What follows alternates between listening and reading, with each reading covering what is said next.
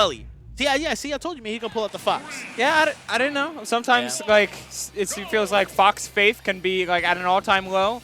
But every now and again, Fox mains think, damn, this character's pretty good. Oh, I thought this was looking like a button warm-up. They weren't moving for a minute, but then I guess they just said, nah, hands on sight. We got game 1 here on Pokemon Stadium. Pretty much everyone's just go-to starter. You know, can't go wrong with this stage. Yeah, mixed best games. Solid neutral for both these characters. A lot of room to run, a lot of room to move. And, of course, both Squirtle and Fox like to move around. Yeah. Yo, Sully having an impressive run, though. Like, this is definitely, like, a name who's been around New Jersey. But, like, to be here, top 8 over, like, the caliber of players that have been here, that's really good for him, man. Like, yeah, I mean, we saw Seabass on stream and how good he was looking. Sully managed to get the upset there. Wow, what a punish from Adi. Yeah, we'll just have to see if he can get the upset here, because that up smash out of shield, like, Ivysaur feels like it just more and more speed is just able to overwhelm and almost negate Ivysaur. So you're able to you're forced to switch between Squirtle and Charizard and have this, like, this problem in between. Yeah, true. And, you know, we can't, like, you know, just sleep on Adi either. Adi's been in the scene for the longest, and like we see here, he's literally kind of just running through Sully right now. Pretty solid stuff from Adi. Oh, the drag down. Is he dead? Oh, no. Gets caught by the Firefox, but no tech. That'll do it. Adi right now playing it clean. Still on his first stock. Sully got to open up with something here. Yeah, I mean, he's got to open up with something, but he keeps getting opened up. True. Like, these openers from Odyssey are just so overwhelming. And he's not, it's like not stopping. There's always like something that comes after. Adi knows if he whiffs, he knows how to cover himself. What a parry. Oh, but misses the up tilt. Okay. But Adi, though, you know, feel himself, but I like how he's taking this little laid-back approach. He realizes he has the biggest leader in the world. Why do I have to approach you? What a wait, though. But this is probably going to cost him the stock, yeah. Literally, I'm mad that, like, I literally just gave him that, you know, that compliment of, like, playing a little patient there just for him to go all aggressive off stage like that. And yeah, it looks like he really wanted that drag down forward there to kill that time. I mean, when you say comfortable like this, you know, why not, you know, try to, you know, get your swag points off, you know? Yeah. Like, gotta do something a little different for the He gets to try and flex. He gets to try and see, build himself yet more confidence for that game, for games 2 and beyond. Yeah. Because, I mean, we got a long set ahead of us if Sully's able to figure something out. True. Oh! He tried to violate him. Uh-oh. Oh, wow. Was hoping that he wasn't going to get the ledge. Could parry up smash. Honestly, man, that was looking really scary. If Sully was able to pull that early stock off, you know, he was back in it this entire game. Instantly, yeah. It feels like Sully just constantly throughout the games have found big plays through Charizard. Like, Charizard was able to make a huge stand in the winner set against Gen, almost bringing back some of those games.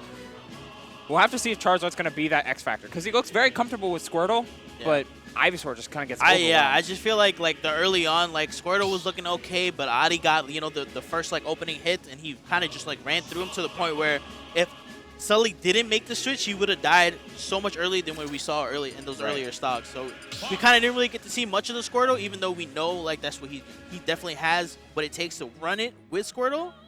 But once that Ivy came out, he kind of got washed up. Yeah. And then the Charizard came in, you know, it kind of did what it had to do toward the later ends of the game, got the stock, almost got the early stock on the second one.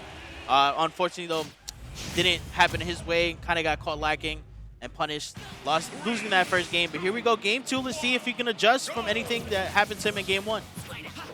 Yeah, same stage as well, like not trying to shift anything too extreme.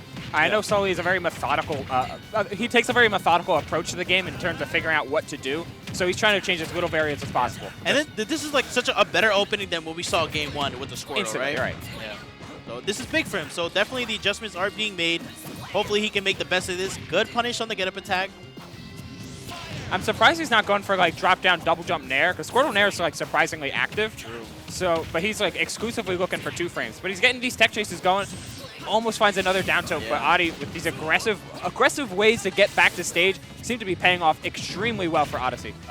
Good bait, though, on the up smash, anticipating that Sully was going to press a button there. Double jumping over the up smash and getting the punish anyways. Nice stuff from Adi, but this first stock's still relatively close. I like that. I like that challenge with the B-reverse flamethrower. If you're going to try and shield and up smash out of shield, you have to respect that repeating hitbox just all of a sudden coming down. Yeah. The aggressive option definitely working out in Sully's favor. Again, you know, both of these characters at dangerous percents. This could be the stock. Good recovery, but catches him on the get-up. Sully looking completely different than when we saw that game 1, but Adi right off the bat coming in with that up air, and we still have just about a dead even game. Yeah, and this is kind of how you draw it up with Sully. Like, you're able to put on a lot of damage with Squirtle, and then Charizard was able to wrap it up after some solid neutral from Ivysaur. This is a game plan that you can build off of instead of letting Odyssey run the show. True. Nice. Gets that last hit of the down air to the grab. Runs it back. Ooh, doesn't get the punish, though, on the whiff illusion. Man, held down for just the littlest bit. Odyssey just... Nice. You got to find ways to recover as Fox, and Odyssey's got that in spades. Down Okay, for good grab. Oh, the DI in Sully wasn't anticipating that. Adi able to get away from that extra percent. Good wait on the tag. Getting that out smash punish. And trying to space him out with more and more back. I love that pivot grab, but looking for perhaps some, like a little bit off with some of the spacing of his punishes a little bit there. Which, and the thing is, like, if he cleans these up, like, these games could be looking more in his favor. Because those down throws, if he can get those proper, you know, wide whip punishes, these can look so much better. But Adi losing his double jump, wasn't ready for that recovery. Sully taking the lead right now. Yeah, it looks like the flamethrower came in and forced him to buffer an air dodge, which, I mean, for Fox is just a death sentence. Yeah. I don't think Adi was really ready for that, but gets the weak hit nair to up smash the classic Fox confirmed. And again, this entire game's been so even. Oh, that time is the time he goes off stage. He goes off stage again. Love that switch. That was so smart. So good. So smart from Sully. Adi nonetheless able to get the punish. Big damage. Ooh. Yeah, I like that he's closing combos a little bit more. He's always trying to close combos with back air up smash. Like, he's determined to find these finishers and make the damage count. All right, here we go again. You know, same situation where we saw in game 1. We really didn't get to see Squirtle in this stock. It's pretty unfortunate because it was paying him dividends. But now that the Ivy's out, hopefully he can kind of, you know, just work around this, build some percentage back in his favor. But just going to opt for the Charizard. Okay, looking for the grab. I love that wait from Odyssey. Just run up, get that up throw. Keep Sully off of the ground. Keep him from like establishing himself, because Sully's been pretty frequently using his jumps rather early. Yeah. Honestly, this is still dangerous. Even though the percentage is very high on Sully, Charizard is a heavy hitting character, especially when he lands those sweet spot back airs. Oof, this is dangerous for Adi, and you know what? Adi respects that. He's not playing a little too over aggressive. He knows he needs to pick his hits. If not, it's gonna smell curtains for him. I'm waiting for one of these F tilts to come out from Sully. But an up smash, he's dead. Oh, barely living. Good DI from Adi. Gets the grab. Board throws the option. Ooh, suspect on the DI. Still living, though. Okay. Stay on the ground. Nice. There it is. The sweet spot forward till Sully. What a cleanup on that last stock. That was so good.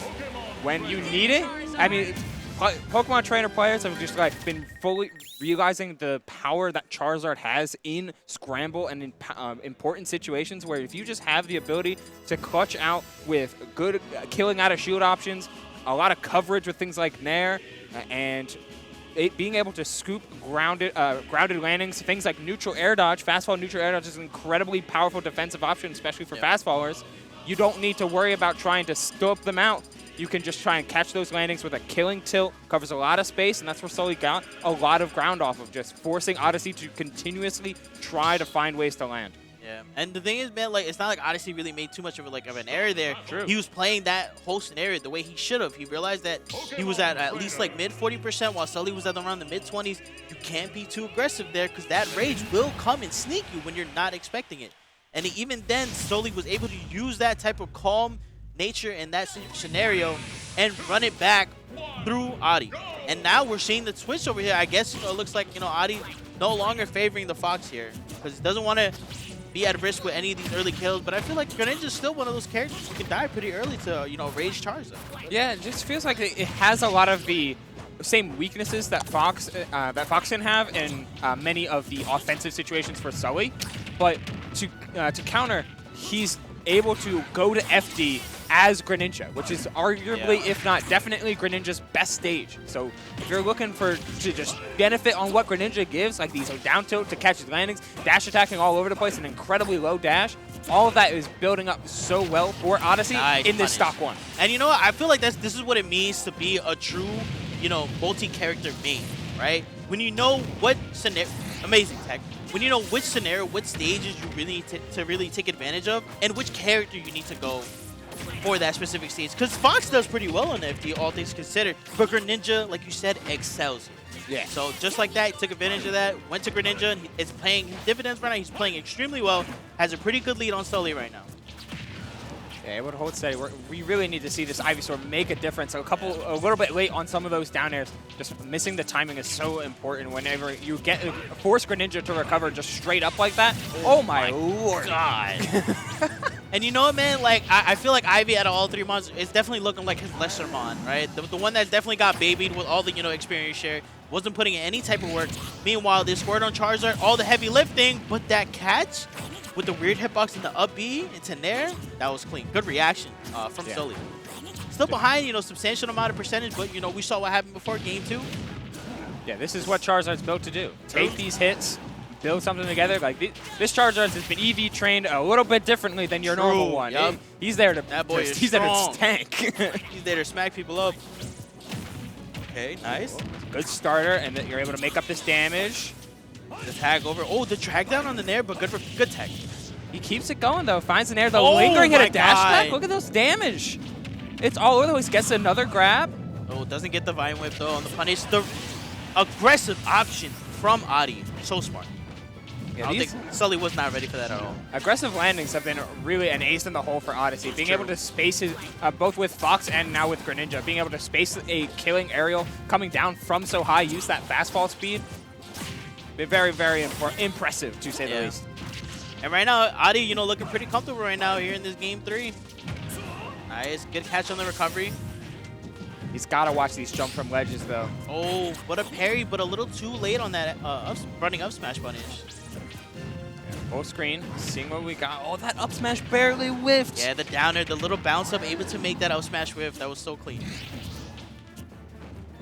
Trying to get the turnaround. Sully, again, going for favoring like ledge hops and ledge jumps overall throughout these past couple sets. Yeah, because I feel like just the oh, wow, what a catch on the air dodge from Adi. Gonna take that third game.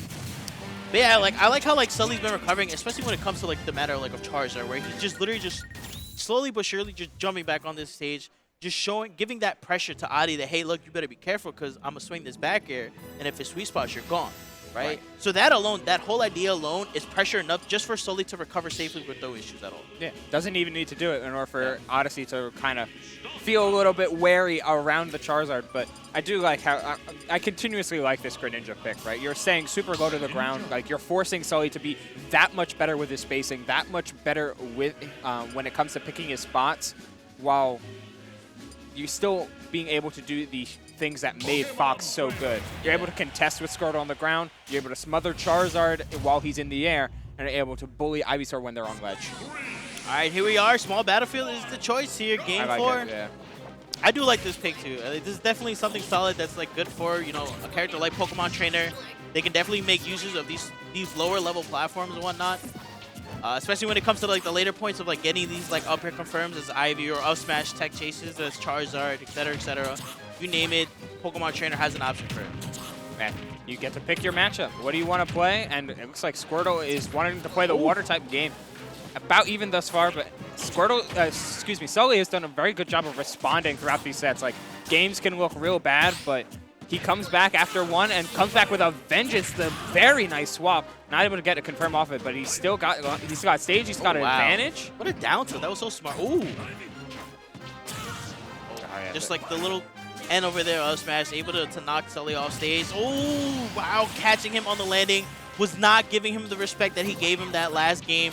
And was able to just catch him on the landing with F-Smash. So smart from Adi.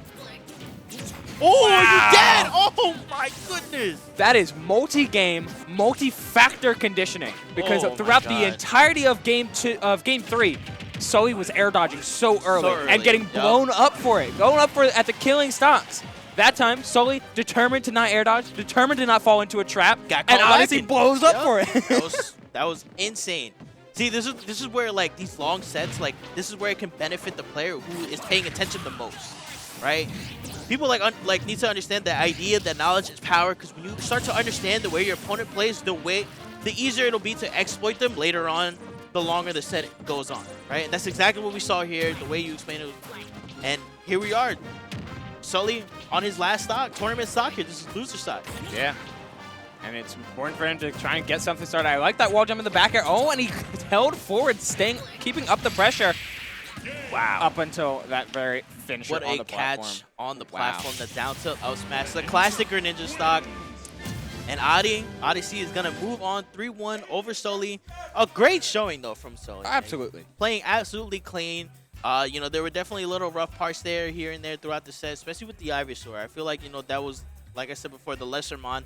Squirtle and Charizard definitely shined the most throughout that entire set. Yeah. But nonetheless, good showing from him, man. You know, I'm impressed that he did so well today. And, you know, I'm excited to see what else he has in store for us for the future, you know? Yeah, I mean, Sully, it feels like one of those players that's just slowly, like, his play style is methodical because he takes his time to learn and to adapt and to implement stuff into his game plan. And when he does, that's when you see big surges from him. But he's a very just I don't know. I'm going to use the word methodical again, but it's very important, very impressive to see him build on that so rapidly because it feels like he just keeps getting better, and it's been over a short amount of time than he usually takes up. Yeah.